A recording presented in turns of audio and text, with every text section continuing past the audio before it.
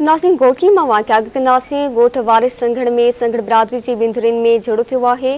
5 ॼणा ज़ख़्मी थी पिया आहिनि। जहिड़े दौरान सिरोटा ऐं सिरियूं लॻण सबबि हिक ई दुर्चा ॿिनि औरतुनि सूधो 5 माण्हू ज़ख़्मी थी पिया आहिनि। ज़ख़्मियुनि में अली मुराद, अली हसन, साजिद अली ऐं ॿिया शामिल आहिनि। ब्रेकिंग न्यूज़ अवां सां घोटकी मां शेयर कयूं पिया। ॻोठ वारिस संघड़ में संघड़ बिरादरी जी बिंदुरिन में झड़ो थियो आहे। 5 ॼणा ज़ख़्मी थी पिया आहिनि।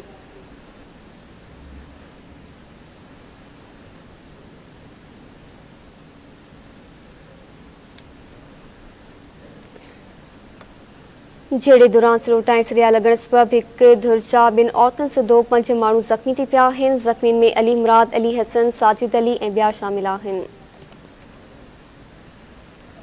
ब्रेकिंग न्यूज़ अवां सां घोटकी मां शेयर कयूं पिया। घोटकी वारिस संघड़ में संघड़ बिरादरी जी बिंदुरिन में झड़ो थी पियो आहे। 5 ॼणा ज़ख़्मी थी पिया आहिनि। वधीक तफ़सील मालूम कंदासीं घोटकी मां जब्बार महर खां। जी जब्बार, आगाह कजो। ॻोठ वारिस संघड़ में संघड़ बिरादरी जी बिंदुर में मामूली ॻाल्हि तां झेड़ो थी पियो। जहिड़े दौरान लठनि, सिरोटनि ऐं जेको आहे सो सरियनि जो आज़ादाना इस्तेमालु कयो। जहिड़े दौरान जेको आहे सो 2 औरतुनि समेत 5 ॼणा ज़ख़्मी थी पिया आहिनि, जिन खे घोटकी जी तालका अस्पताल आंदो वियो आहे।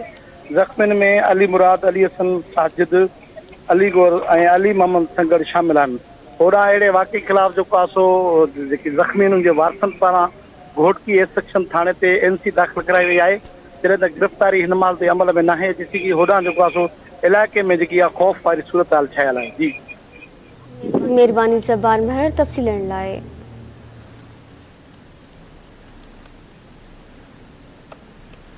जी नाज़रीन, घोटकी मां वाक़िया आगाह कयोसीं। ॻोठ वारिस संघड़ में संघड़ बिरादरी जी बिंदुरिन में झड़ो थियो आहे। 5 ॼणा ज़ख़्मी थी पिया आहिनि।